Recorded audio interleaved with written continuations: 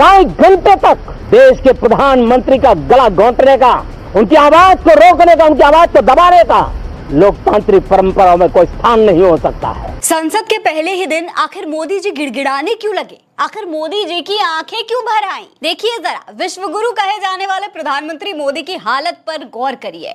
जब से भारतीय जनता पार्टी की बहुमत गई है, तब से प्रधानमंत्री नरेंद्र मोदी के हाव भाव एकदम बदल गए हैं। जो प्रधानमंत्री सबकी आवाज बंद कर देते थे मीडिया, ईडी और सीबीआई से, आज वो खुद रो रो कर कह रहे हैं कि मुझे बोलने नहीं दिया। दोस्तों, कुछ सीटें क्या कम हो गई, मोदी जी तो रोने लगे, वो भी बच्चों की तरह। देखिए इस वीडियो में। 2.5 घंटे तक देश के प्रधानमंत्री का गला घोंटने का, उनकी आवाज को रोकने का, उनकी आवाज को दबाने का लोकतांत्रिक परंपराओं में कोई स्थान नहीं हो सकता है। और इसका कोई पश्चाताप तक नहीं है, दिल में दर्द तक नहीं है। दोस्तों, मोदी जी कह रहे हैं कि 4 घंटे तक मुझे बोलने नहीं दिया गया, मेरा गला घोटा गया, मेरी आवाज को दबाया गया। बेचारे पीएम मोदी को लोकतंत्र की दुहाई देनी पड़ रही है। हालत ये हो गई है कि आंखें आंसुओं से भरी पड़ी हैं, आवाज कांप रही है और चेहरे पर डर साफ साफ नजर आ रहा है। कुछ समय पहले तक यही प्रधानमंत्री नरेंद्र मोदी कहा करते थे कि एक अकेला सब पर भारी है। देख रहा है, एक अकेला कितनों को भारी पड़ रहा है। लेकिन हाथ से बहुमत क्या छिनी, सारा का सारा घमंड चकनाचूर हो गया। दोस्तों, लोग कह रहे हैं कि 70 साल में इतना डरा सहमा और कमजोर प्रधानमंत्री भारत देश ने कभी नहीं देखा है।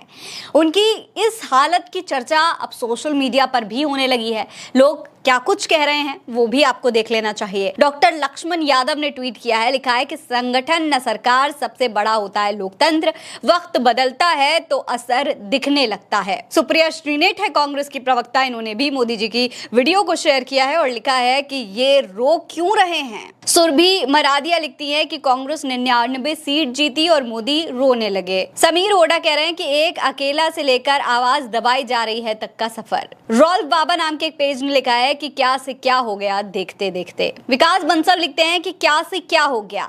303 एक अकेला सब पर भारी। 240 सीट, सर मुझे बोलने नहीं दे रहे, मेरी मदद करो। पिछले 7 साल में कोई पेपर लीक नहीं हुआ, शिक्षा मंत्री धर्मेंद्र प्रधान कहते हैं।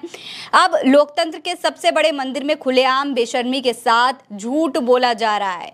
तो यहाँ पर इन्होंने धर्मेंद्र प्रधान के बयान का भी जिक्र किया है, जिसमें वो ये कह रहे थे कि पिछले 7 सालों में कोई पेपर लीक नहीं हुआ है। हालांकि कितने पेपर लीक हो चुके हैं ये बात किसी से छुपी हुई नहीं है और सरेआम वो संसद के अंदर खड़े होकर इस तरीके का झूठ बोल रहे थे, जो कि जनता ने पकड़ लिया है। तो इस तरीके से लोग भारतीय जनता पार्टी की कमजोरी की चर्चाएं अब करने लगे हैं। प्रधानमंत्री नरेंद्र मोदी के इस नए अवतार की चर्चा होने लगी है। दोस्तों, प्रधानमंत्री नरेंद्र मोदी के हाव भाव में बदलाव की अगर सबसे बड़ी वजह की बात करें तो इसकी सबसे बड़ी वजह ये 2 नेता हैं। जी हाँ दोस्तों, राहुल गांधी और अखिलेश यादव ही प्रधानमंत्री नरेंद्र मोदी के इस बदले हुए हाव भाव की, इस बदले हुए व्यवहार की सबसे बड़ी वजह माने जा रहे हैं। क्योंकि राहुल और अखिलेश ने और साथ ही साथ पूरे इंडिया गठबंधन ने इस बार भारतीय जनता पार्टी को करारी टक्कर दी है। अखिलेश यादव ने भाजपा से अयोध्या छीन ली तो राहुल गांधी की जननायक वाली इमेज काम कर गई और अमेठी रायबरेली के साथ ही साथ पूरे देश भर में कांग्रेस अपनी पकड़ बनाने में मजबूत हो गई। नतीजा ये हुआ कि भाजपा 240 पर अटक गई। प्रधानमंत्री नरेंद्र मोदी खुद की सीट बचाने के लिए बड़ी जद्दोजहद कर रहे थे और संसद में विपक्ष अब मजबूत हो चुका है।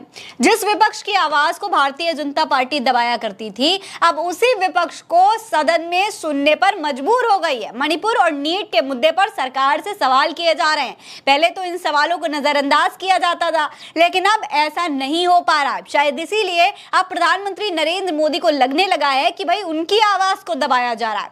लेकिन दोस्तों, जनता का मानना है कि देश जिस दौर से गुजर रहा है, जिस तरीके के मुद्दे सामने आ रहे हैं, उस पर सरकार को जवाब देना चाहिए। आज एक सशक्त प्रधानमंत्री की जरूरत है, ना कि विक्टिम कार्ड खेलने वाले और हर जगह बात बात पर रोने वाले प्रधानमंत्री की। आपको क्या लगता है? अपनी राय हमें कमेंट सेक्शन में लिखकर जरूर बताइएगा। ये खबर आप उल्टा चश्मा यूसी पर देख रहे हैं। मेरा नाम है फरीन अंसारी। आप रहें स्वस्थ मस्त, बस यही है दुआ हमारी। नमस्कार।